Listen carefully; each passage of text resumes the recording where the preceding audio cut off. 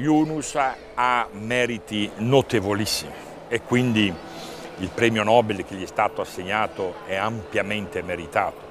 Però bisogna ricordare che Yunus non ha lui inventato il microcredito e la microfinanza, perché il microcredito è nato molto prima, precisamente nel 1137.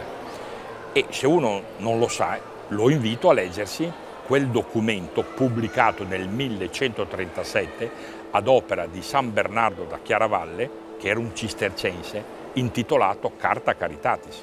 Quindi San Bernardo di Chiaravalle era un po' svizzero anche lui, viveva nelle valli del sud della Savoia e della Svizzera, eccetera. Ebbene, in quel documento vengono indicate le linee, non per nulla si chiama Carta Caritatis, la carta o Costituzione della carità, modi di intervento, e da quel documento 2 secoli dopo, 2 secoli e mezzo dopo, nasceranno i Monti di Pietà ad opera dei francescani.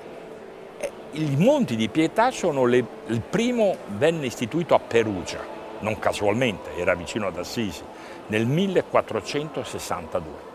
Quello è la prima realizzazione di microcredito. Allora, noi facciamo bene oggi a ricordare la Grameen Bank di Yunus, eccetera, però per giustizia e per onestà intellettuale bisognerebbe anche ricordare che non è nato il microcredito con la Grameen Bank, è nato almeno, se non vogliamo citare la Carta Caritatis, almeno citiamo il primo Monte di Pietà di Perugia, e Yunus ha preso pari pari le regole del Monte di Pietà. Qualcuno potrebbe dire allora non ha... No, ha dei meriti grandissimi. Perché? Perché Yunus ha applicato la metodologia del Monte di Pietà in un contesto, il Bangladesh, la cui matrice culturale è quella islamica, non quella cristiana. Questa è stata la sua bravura e nessuno lo dice mai. Cioè dire, merita grande rispetto Yunus perché lui è musulmano, opera in un paese di cultura e di religione musulmana, eppure è stato capace di tradurre in pratica una istituzione e una prassi che era nata in terra nella cultura cristiana e l'ha modificata, l'ha adattata, eccetera. Quindi questo è il suo grande merito. Però, ripeto, dobbiamo anche riconoscere che altre istituzioni, ad esempio come i Rosca sono dei fondi rotativi che esistono da almeno 2 secoli, prima dello Yunus.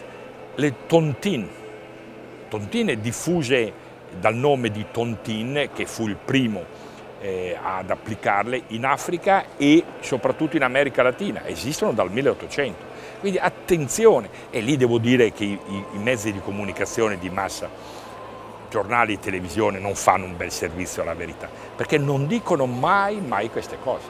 Allora, questo non significa sottrarre meriti a Yunus, che meriti il massimo rispetto, però bisogna completare il discorso e dire che il suo merito è quello di cui ho detto prima e senza disconoscere, comprendere che la formula della Grameen Bank ha funzionato e funziona molto bene in quei paesi, ma nei nostri paesi, in Svizzera come in Italia, non potrebbe funzionare.